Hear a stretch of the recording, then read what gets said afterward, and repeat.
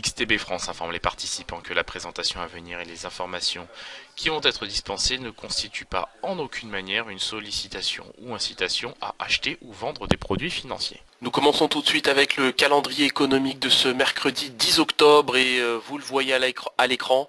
On s'intéressera pour aujourd'hui à 10h30 à la production manufacturière et industrielle au Royaume-Uni, statistiques qui évidemment auront un impact certain sur l'évolution de la livre sterling face au dollar et même face à d'autres devises.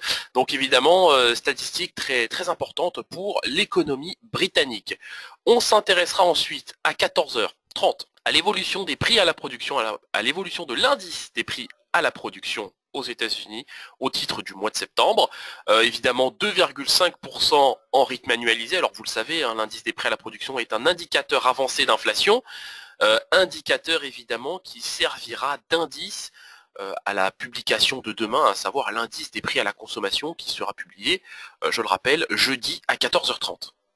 Et enfin, la séance s'achèvera aujourd'hui à 22h40 avec la publication des premières estimations de stock de pétrole brut selon l'American Petroleum Institute.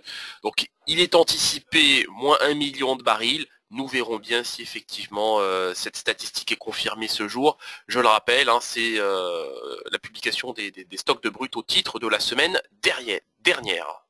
On commence avec l'analyse de la paire euro-dollar et on le voit, on est venu chercher le niveau des 1,15, 14 dollars pour 1 euro. On voit que le niveau n'a pas bien tenu, hein. On assiste à un repli au moment où on se parle sur le niveau des 1,14, 90 dollars pour 1 euro.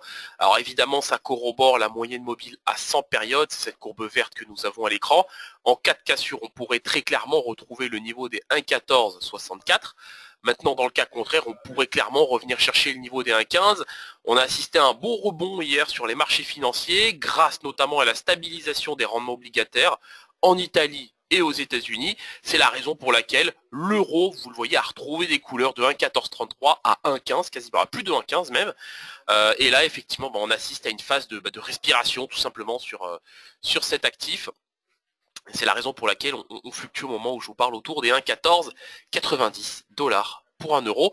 Je n'aurai pas de biais, en tout cas pour l'heure, hein, sur l'actif, si ce n'est que tout simplement en cas de cassure, on pourrait rallier le niveau des 1,1464, dans le cas inverse, retrouver le niveau des 1,15, 14 dollars pour 1 euro. On continue avec le DAX 30 et le DAX 30 qui nous a fait peur hier, hein, qui nous a fait très très peur même, qui est venu tester hier le niveau des 11 784. Donc là on s'est très bien repris quand même, hein, depuis les cotations d'hier, on fluctue autour des 11 950 points. En l'état, j'ai envie de dire que c'est un niveau d'achat, j'ai envie de viser le niveau des 12 020 points, ou plutôt cette moyenne mobile à 20 périodes. En cas de cassure, on pourrait clairement retrouver des couleurs, évidemment, sur le DAX 30, mais il est encore un peu trop tôt pour se prononcer. Pourquoi? Parce que on doit assister aujourd'hui à une émission obligataire du Trésor américain sur des titres de maturité à 10 et 3 ans. Le Trésor américain a prévu d'emprunter cette semaine 230 milliards de dollars sur les marchés financiers.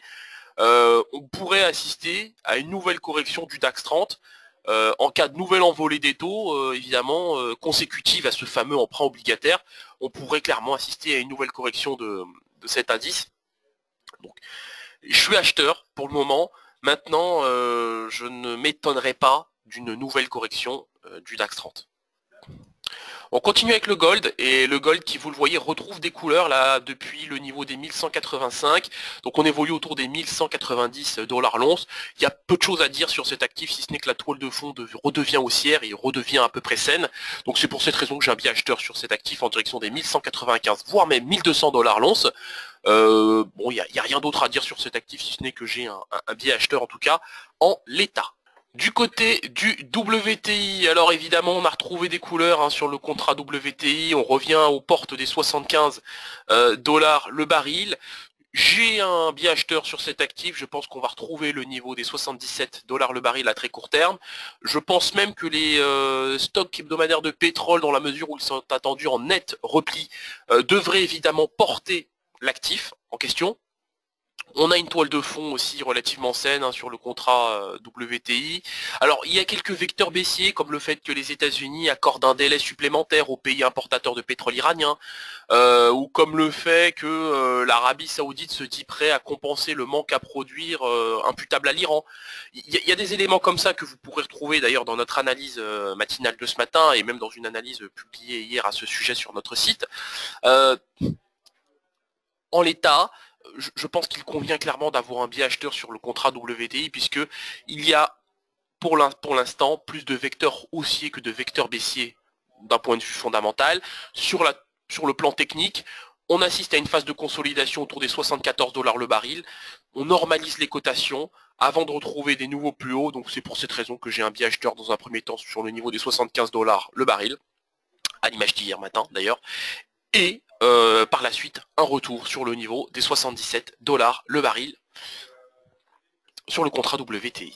On continue avec l'indice S&P 500 qui lui aussi se stabilise autour des 2890. Donc on a vraiment une toile de fond hein, qui se stabilise hein, sur à peu près tous les indices aujourd'hui. Je pense que sur l'indice S&P 500, on ne devrait pas être déçu dans les prochaines heures. De mon point de vue, on devrait revoir le niveau des 2900 points, peut-être même le niveau des 2910 points. On a vraiment une toile de fond qui s'annonce positive pour l'heure sur les indices. On a une vraie phase de range. Je pense que le pire est derrière nous, en tout cas pour l'heure sur cet indice. On assisté à de belles vagues baissières. Hein. Maintenant, comme je le disais à l'instant, je pense que le pire est derrière nous. Néanmoins, et à l'image du DAX 30, il se pourrait que l'émission obligataire du département du Trésor américain sur les titres de maturité 10 ans et 3 ans perturbe la toile de fond actuelle. Je suis acheteur, mais je suis quand même assez méfiant, prudent, en termes de stop loss évidemment, sur l'indice S&P 500. Donc pour ma part, hein, c'est acheteur et c'est acheteur probablement jusqu'au niveau des 2900 points, 2910 peut-être même.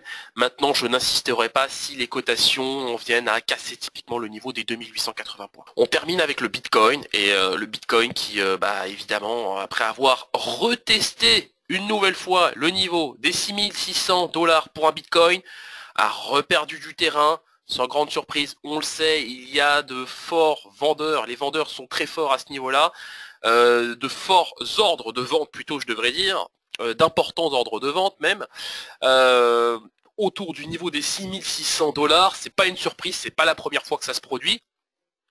Je pense que la prochaine fois qu'on retestera le niveau des 6600 $ pour un Bitcoin, ce sera la bonne. C'est-à-dire qu'on arrivera à s'affranchir de ce niveau. En tout cas pour l'heure, je pense que c'est le niveau des 6400 $ pour un Bitcoin qui est en ligne de mire, hein, puisque il n'y a pas vraiment beaucoup de support hein, entre les cotations actuelles et le niveau des 6400 $. Les prix évidemment évoluent en tendance baissière, je pense que ça se voit comme le nez au milieu du visage. On a des cotations qui fluctuent sous les moyennes mobiles à 7 et 21 périodes. Le RSI de son côté est lui en zone de survente. Bon, il se pourrait que la situation s'aggrave légèrement et qu'on retrouve le niveau des 6400 $. Maintenant, je n'anticipe pas beaucoup pire hein, sur cet indice, sur cet actif pardon Bitcoin. Je pense même qu'à partir de ces cotations, on retrouvera des couleurs, on assistera à un rebond d'ordre technique. Mais il est certain que si les acheteurs veulent retrouver le niveau des 6600 et même s'en affranchir, il faudra effectivement qu'il y ait un peu plus de conviction la prochaine fois autour de ce niveau de cotation. Merci de votre attention, nous nous quittons sur cette note, je vous souhaite une excellente séance de trading.